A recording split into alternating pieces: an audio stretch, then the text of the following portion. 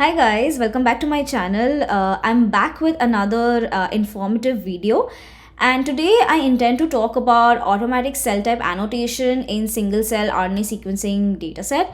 So in this video I intend to talk all about the various approaches of automatic cell type annotations, each of their strengths and weaknesses, the various tools that are commonly used in each of the approaches. Finally, I want to talk more about SingleR, which is one of the tools to perform automatic cell type annotation in single cell RNA sequencing data. And lastly, I would demonstrate how to perform cell type annotation using this R package. The recommended cell annotation process is composed of three major steps: automatic cell annotation, manual cell annotation, and verification. So the single cell RNA sequencing data typically enters this workflow as a clustered gene by cell matrix. So we start the single cell RNA sequencing data. So technically we have the feature barcode matrix and we perform the pre-processing steps of normalizing, scaling the data, identifying the variable genes, performing dimensionality reduction, and what we end up are clusters of cells. Now the most challenging task about dealing with single cell RNA sequencing data is to identify the identity of cells or identify the cell types that forms each of these clusters. An automatic cell annotation method is used to annotate cells either by comparison of the data with annotated reference data with already well annotated single cell data, or using known marker genes that are indicative of specific cell type. Manual annotation confirms or provides further detail for annotated cells or clusters, or identifies a cell type of unlabeled clusters. So let's say we have used annotated reference dataset to transfer the labels or use that as a reference to identify the cell types in our dataset or the query dataset. There might be some cells which are unlabeled because these could be the cells that are not present in the reference dataset, and that can be resolved or can be identified by manual annotation or using other approaches like marker based identification. So there are various approaches that can be used. Cell types can be manually annotated or can be used in combination of marker genes, pathway analysis, or differentially expressed genes with known functional information. And these cell annotations are often verified using independent sources such as new validation experiments or comparison to complementary data such as spatial transcriptomics data. Now, talking a little bit more about the strategies for automatic cell annotations, it can broadly be divided into marker-based annotation, which basically labels cells or cell clusters on the basis of characteristic expression of known marker genes. And the known relationships between the marker genes and the cell types can be obtained from various databases like molecular signature databases, PangloDB, CellMarker, and even literature, because a lot of papers they focus on identifying the markers or processing the single cell data. That's a lot of data that is being generated which is published, and manual literature can be a great source in terms of leveraging the markers to be used to annotate specific cell types. And the other type of approach is a reference-based annotation approach, which basically transfers the label from a reference cell or clusters from an expertly annotated single cell data to a sufficiently similar one in the query dataset, that is the data that is to be annotated. And the sources for reference single cell data can be Gene Expression Omnibus, where a lot of single cell data has been deposited. In addition to that, single cell atlases and also various other single cell atlas projects. So here are some of the tools that perform marker based automatic annotation, and you can see that each of these tools have different resolutions and different approaches. I'm not going to go into the details of each of these tools. The paper that I have used this information from, I will link that paper in the description section below, where they have discussed these tools in a little more detail if you're interested to read about them. But here mainly focusing on the strengths and pitfalls of this marker-based approach. So basically the strength of these tools are that these methods will assign labels only to cells associated with known markers, whereas the cells which do not have known markers will not be labeled. Basically they will remain unlabeled.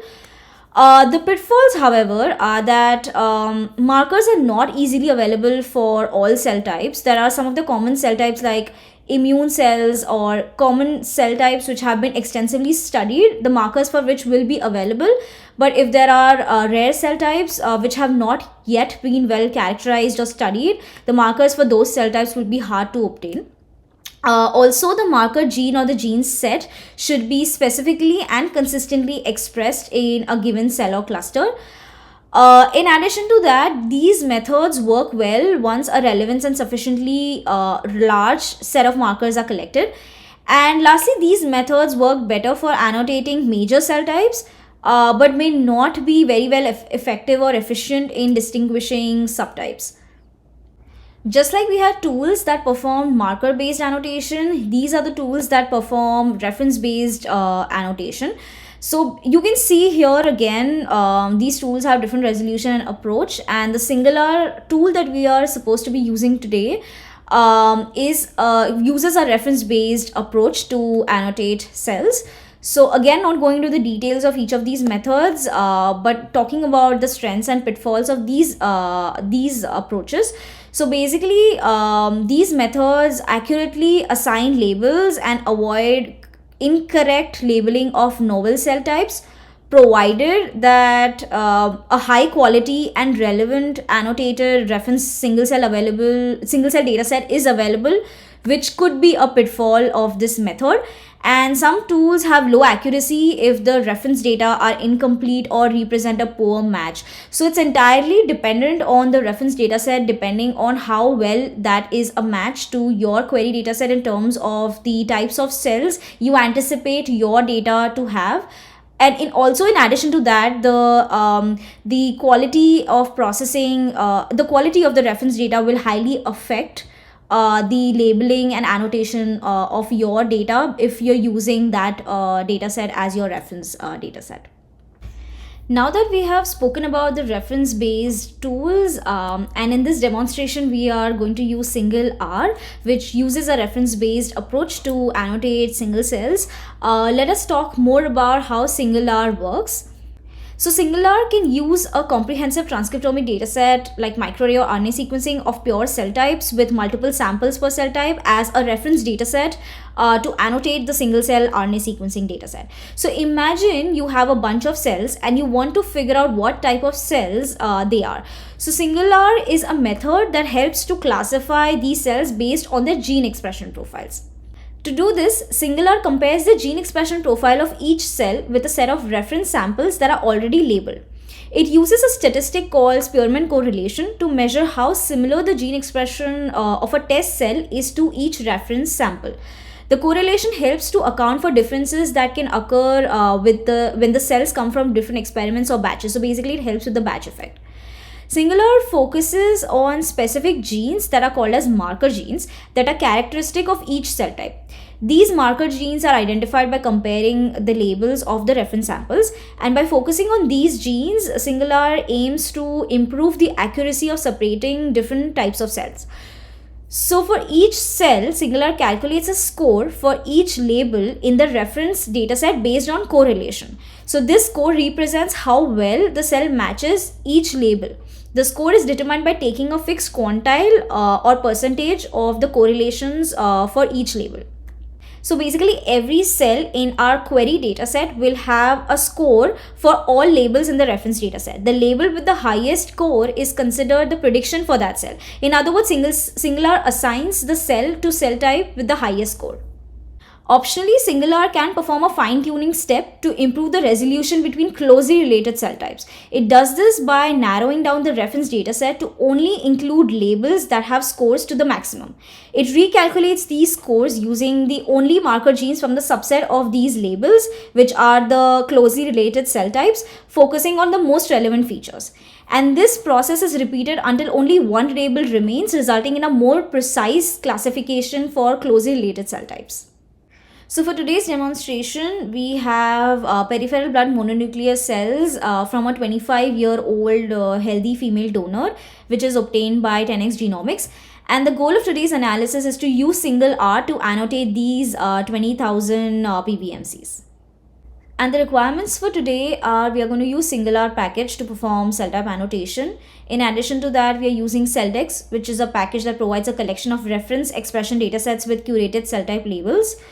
We are going to use Seurat to perform some pre-processing steps for our single cell RNA sequencing data. And lastly, we are using tidyverse to perform data manipulation.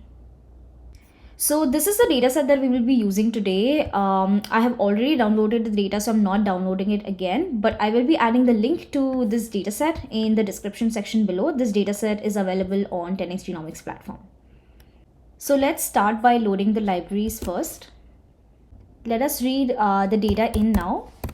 So I'm going to save it in a variable called HDFI object. And since this is a 10x H5 matrix, I'm going to read in the file name, and I'm just copying the name of the file. So here is where I have downloaded my file. I have downloaded the filtered matrix. So I'm copying the name and I'm just pasting the name here. Just setting some parameters. Now this is essentially a count matrix. I will use this count matrix to create a Seurat object.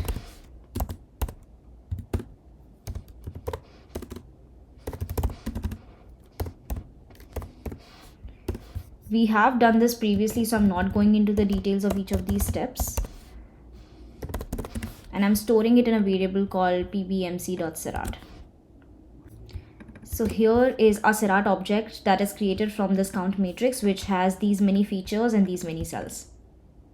So now we are going to perform some quality control and filtering. I will not be going into the details of quality control, as I have previously explained that in one of my very early videos on single cell RNA sequencing data on how to analyze such a data, where I have gone into the details of the quality control. So I will not be going into the details of that here.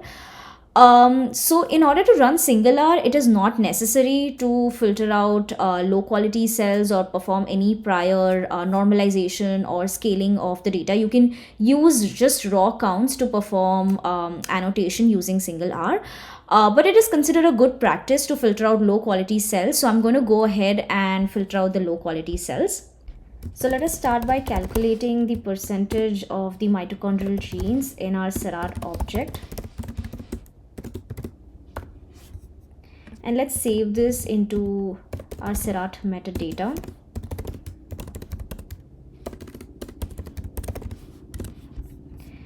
And once that is done, let us subset poor quality cells from our Seurat object. So basically we want to remove all cells that have less than 800 counts, that have less than 500 genes, and that have mitochondrial percentage greater than 10%. And let's save this into another variable called pbmc Seurat filtered. So just quickly checking, we started with over 23,000 cells, and after filtering we are left with around 20,000 cells. So we have filtered out the poor quality cells. So now that we've filtered low quality cells, I will be performing the standard pre-processing steps of Seurat. However, you do not need to perform this. So in order to run SingleR and use SingleR to annotate cell types, you do not need to perform normalization or scaling or clustering. I will be performing these steps because I want to use the cluster information at a later part of my code, which will make sense later on. But this is not necessary in order to run SingleR. SingleR can be run using counts. Although I will be normalizing, scaling, and running these steps and ultimately performing clustering, I will still be using the counts data to provide it to the SingleR to perform the cell type annotation. The only reason that I'm performing these steps is to get the clustering information, which I will be using in the later part of my code, which will make sense later on. So these are the standard pre-processing steps. We have performed this multiple times in our single cell videos. So I'm not going into the details of each of these steps. So I will quickly run each of these steps so that ultimately I end up with clustering information.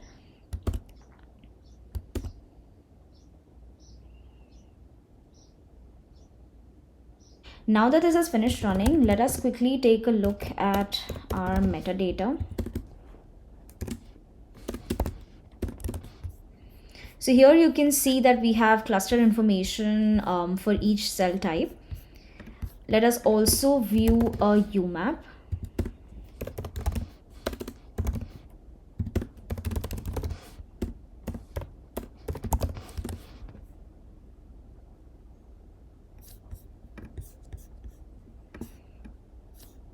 So here basically there are around 25 clusters which have been identified, and the goal of today's demonstration is to identify what these cell types are. So for that we are going to use SingleR, which annotates each of these cell types. So the next step is the most crucial and most important while using SingleR is to choose an appropriate reference dataset. So there are a couple of things we must know before we choose the reference. So unsurprisingly, the choice of reference has a major impact on annotation results. So we need to pick a reference that contains a superset of the labels that we expect to be present in our query dataset. So to give you an example, in our case, the data that we are dealing with has PBMCs. So technically, we should be using a reference that has these kinds of cells like neutrophils, macrophages, T cells, B cells, monocytes. In addition to that, it is also preferred to choose a reference that is generated using similar technology or protocol as your test dataset. However, that is usually not an issue while using SingleR. In addition to that, SingleR also allows you to use custom references. So you need to know that the expression values that you provide from your reference dataset needs to be log transformed before you provide it to SingleR. However, this rule does not apply to your query dataset. So that is because SingleR computes the correlations within each cell which is unaffected by monotonic transformations like cell-specific scaling or log transformation. The exception to this rule is when you're comparing data from full-length technologies like SmartSeq to celldex references. So when you're annotating SmartSeq datasets against celldex references, better performance can be achieved by processing the test counts to transcript per million values. But that's only in the case of SmartSeq data. So today I'm going to use a reference dataset from celldex package. And talking about celldex package, it's basically a package that provides reference dataset. And these reference datasets are derived from bulk RNA sequencing or microarray data of cell populations that consist of pure cell types after sorting or culturing. So basically these references are often good enough for most applications provided that they contain the cell types that are expected in your test data. And the dataset that we're going to use today is Human Primary Cell Atlas dataset, the reference data. And this reference consists of publicly available microarray dataset derived from human primary cells. And most of the labels refer to blood subpopulations, but cell type from other tissues are also available. So let us go ahead and get our reference data. So from the celldex package, you can see that there are a lot of types of reference dataset that are available. So today, as I said, we are going to use Human Primary Cell Atlas data. And we simply read this into a variable called ref. So just looking at the ref variable, the object, it's basically a summarized experiment object, and the data here we have our log counts. Just taking a quick look at what are the cell types that are available in our reference to ensure that we are using the right reference for our dataset, our test dataset. So here we have basically, so let us just add a view command here so we can, or probably as data frame. So here basically we can see various samples which are labeled different cell types. So basically these are the cell types which look appropriate for our PBMCs because we expect similar or these kinds of cells to be present in our data set as well. So this seems to be an appropriate reference to use for annotating our test data set. Another quick thing before I move on. So here in the reference data, we have 3 columns: label main, label find, and label ontology. So label main consists of broad annotation of major subtype. You can use this column basically to for your annotation of the test dataset. This will allow for quicker annotation but at a lower resolution. Label fine are more fine-grained annotations of subtypes of cells and states. The labels here are much more, so it will take a longer time to annotate your test data, but at a deeper or finer resolution. And label ontology are the cell ontology terms that are mapped. These are basically standard vocabulary that are mapped to these annotations. So let us go back to our script now and run SingleR. So the first thing we need to do is we need to get the counts data from our query data set. So basically I will be saving the counts data into a variable called pbmc counts, and there is a function called get assay data. The first parameter is the Seurat object, and the slot here will be the count slot, as the count slot contains the raw counts. So basically we will store this in the pbmc counts variable. So basically here are the counts, and followed by that we will run SingleR. So by default SingleR performs annotation on individual cells, so I'm just running SingleR on default mode. So the first parameter is actually the counts from my test dataset. Then we provide the reference, and then we provide labels. So basically labels are nothing but these should be a vector of labels for all the samples in our reference dataset. So basically I'll be using the label.main as these are all and provide them as a vector because these are all the labels for the samples in the reference. I don't want to use find labels or find grained annotations because I want annotations for major cell types, and I just want like a quicker annotation result. So I'm just going to provide that label main, and let us save this to a variable called prediction, and let's run this. Now that this is finished running, let us take a look at the output of SingleR. So basically SingleR outputs a bunch of scores and labels. So here you can see the row names are the cell barcodes, and if you recall single cell, we ran it in the default mode which annotates single cell. So we have the row names as the cell barcodes. Here we have the score matrix, and followed by that we have first labels. So these are the labels assigned to the cell prior to fine-tuning steps. We have tuning scores. This is the first best and the second best tuning score, and the label that corresponded to the first best score is assigned. That label is assigned under the labels column. So these are the labels after fine-tuning. Pruning is a process which removes the low quality labels based on scores. So basically pruned labels will have all the labels after pruning. So the low quality labels will be replaced by NAs in this column. So now let us use these labels and visualize it in a UMAP plot. So let us save these labels in our Seurat object. So essentially we want to transfer these labels. So we would essentially match the cell barcodes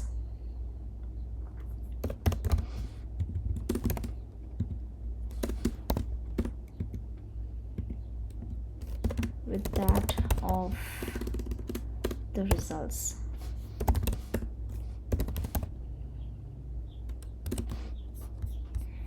And now let us create a dim plot.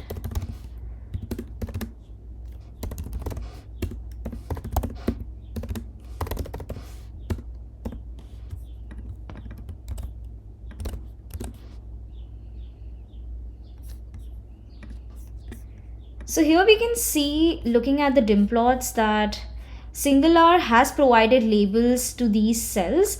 And we can see that they have grouped according to the different cell types here. So these seem to be the B cells, these seem to be the NK cells, these seem to be T cells, and these are either monocytes or, yeah, I think these are the monocytes, not able to differentiate much between these colors. So again, now that it has predicted and annotated each of these cells, we need to further identify how well SingleR has performed the job. So we need to perform some diagnostics in terms of quantifying or measuring how well SingleR has performed this task of annotating the cells in our query dataset. The first diagnostic is to use the scores that are provided in the output of the SingleR results. So basically these are the scores that I'm referring to. So when we just looked at the prediction object, basically these are the scores, the second column, these are the scores that I'm referring to. So basically these are nothing but these are correlation of each cell with every label in the reference dataset. So here if I run it again, here it's basically a matrix of the correlation of each cell with all the labels.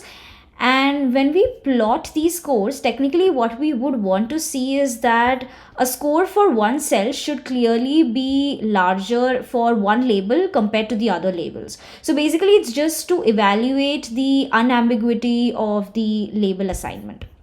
So there is a function called plot score heat map, where you simply provide your prediction object and it creates a sort of a heat map for you. So this is the heat map that it creates, and basically this is visualizing the score matrix. So just to orient you to this plot, each column in this heat map is a cell and the rows here are the labels. So basically this plot is used to determine whether the cell type assignments have been unambiguous, and I'll explain what I mean by that. So ideally each cell here should have a higher score in one label relative to the other labels. So let's say here we have group of B cells. So technically these cells should have highest scores in label that is B cell compared to the other cells. So you can see here the more the yellow, higher is the score. So the group of B cells has the highest score for the label B cells compared to the other cells. So that way we know that the cell type assignment has been unambiguous, and if you see ambiguity in your cell type assignments, then that can be further inspected by perhaps using more fine labels to refine further subtypes of cells that could be present in the larger subgroup of cells. Using the score matrix has several downsides associated with this interpretation, as these are the pre-tuned scores which are stored in the matrix, as the scores after fine-tuning are not comparable across the labels. So that could mean that the cell with the highest score, the label with the highest score, may not be the cell's final label if fine tuning is applied. So basically this method can be used to highlight any differences between labels within each cell. So in order to identify poor quality or ambiguous assignments, we can plot the distribution of delta values. So each cell gets assigned a delta value, which basically low delta values indicate that the assignment is uncertain. So what we can do is we can use a function called plot delta distribution and provide it with the SingleR object. And zooming in on the plot, the idea here is basically to detect the cells that are outliers within each labels, which could indicate of ambiguous assignments. So here basically it's just a distribution of delta values for each labels, and each dot here is a cell, and basically they are colored by whether they have been pruned or not. So this could again be another diagnostic plot in terms of looking at which are the labels having higher cells which have poor delta values and with that indicate unclear assignment, and those cells within that label could be further investigated. So next I want to compare my cell type assignments with the results of unsupervised clustering. So I think it will be interesting to compare the distribution of cells across different clusters. So let us start by creating a table where essentially I calculate the numbers of cell type labels for each cluster. So creating the table for that, And for this reason, I perform clustering as I would require the clustering information in this step. So I perform the clustering, and let me show you how that table looks like. So essentially, these are the assigned labels, and for each of the clusters, I have the number of cells that are assigned to that cluster. And now let us create a heat map. So for that, I'm using a package feedmap, and I'm going to log transform my table values, because you can see that there are a lot of zeros and a few of the numbers are extremely large. So I don't want my heat map to be dictated by a few large numbers. And I'm just going to add a pseudo count of 10 here. And I'm going to add a color palette. The low value should be white. The higher values should be blue. And I want around 10 values to be created between these colors.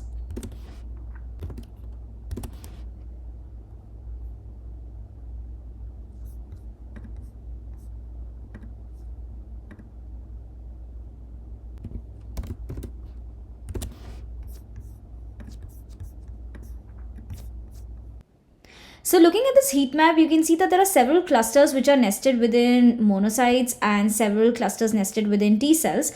And this could indicate that there are finer subdivisions of or types of cells that could be present in these clusters. There could be finer subdivisions of these cell types. There are some clusters which have majority or a lot of cells clearly forming a separate cluster which are assigned to a particular label. But there are clusters like cluster 17, for example, which have some cells labeled as B cells, some cells labeled as pre-B, some cells labeled as T cells, some as monocytes. There are several clusters like that. For example, cluster 8, which have some cells labeled as NK cells, T cells. Cluster 11 here, for example, cluster 18. So there could be multiple or maybe ambiguity in terms of cell type assignment when we compare it with the cluster assignment. So when we are using a method like unsupervised clustering, we are basically grouping things together based on similarities. So there are chances that the groupings that we get do not match with the labels we have. Since unsupervised clustering provides us and helps us discover new and different variation that we may not have known before, and the labels that we have are based on the existing knowledge of what we have. So the discrepancy between the cluster and the labels are not a concern, as these are the conceptual differences between each of the approaches, but both of them are still valuable. So these discrepancies can be the basis for further investigation of novel variation that is observed in the data. Another way to get further confidence in the cell type assignments is to look at the expression of markers for certain cell types. So since our data contains B cells, and B cells are the type of cells that have been extensively studied, and we have good set of marker genes available, perhaps we can look at the expression of these markers in the cells that are assigned or labeled as B cells by SingleR to check how confident we are in terms of the expression of these markers in those cells compared to the other cells. That is something that I have not demonstrated, but can be very easy and straightforward, or a very quick diagnostic measure to check for the cell type assignments, or to rather get more confidence in the cell type assignments. So that brings me to the end of this video. I will link all the resources and guides and tutorials that I followed to create this demonstration in the description section of this video.